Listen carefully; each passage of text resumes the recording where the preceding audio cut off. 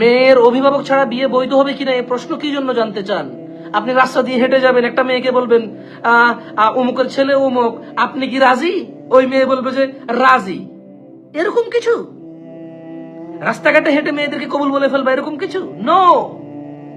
তুমি হারাম সম্পর্কের মধ্যে আছো, আর তুমি আল্লাহকে তো পরোয়া করো নাই, আল্লাহর বিধানকে পর্যন্ত তুমি তোমার হারাম কাজের জন্য ইউজ করেছো।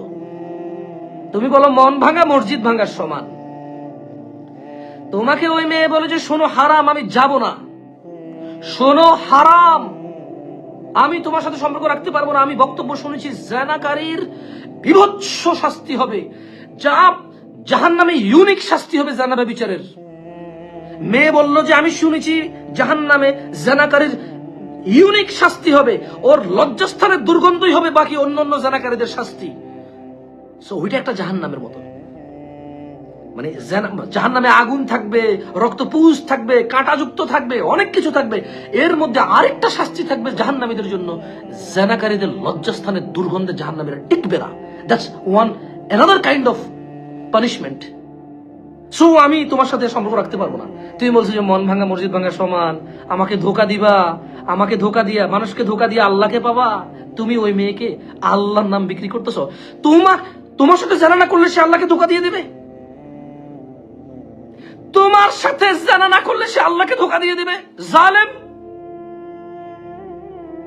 এত বড় স্পর্ধা তোর! তুই আমার বোনকে বলছিস তোর সাথে জানার সম্পর্ক কন্টিনিউ না করলে ধোকাবাজ বলে সে গণ্য হবে।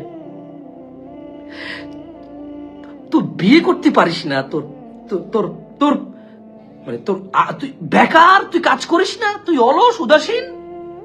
তোর বাবা যে তোকে জন্ম দিয়েছে সে তোর শুধু দুনিয়া কি কামাবি, কি খাবি, কি পড়বি এটা টেনশন করে।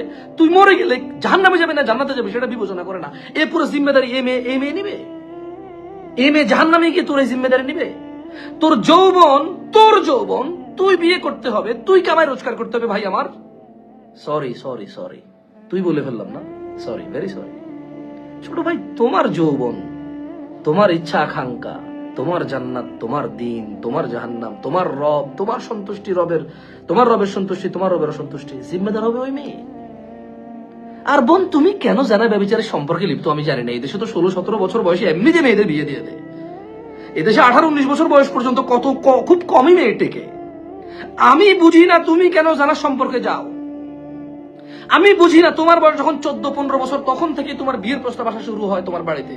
তোমার বাবা বলে যে আমার আদরের মেয়ে এখনো ক্লাস 7, 8, 9-এ পড়ে, আমি এখন বিয়ে দেবো না, ওকে আর একটু বড় হোক। তুমি কেন জানার সম্পর্কে যাও? ওয়াই? তুমি কেন জানার সম্পর্কে যাও? আমি বুঝি না তোমার জানার সম্পর্কে যাওয়ার কি দরকার আছে।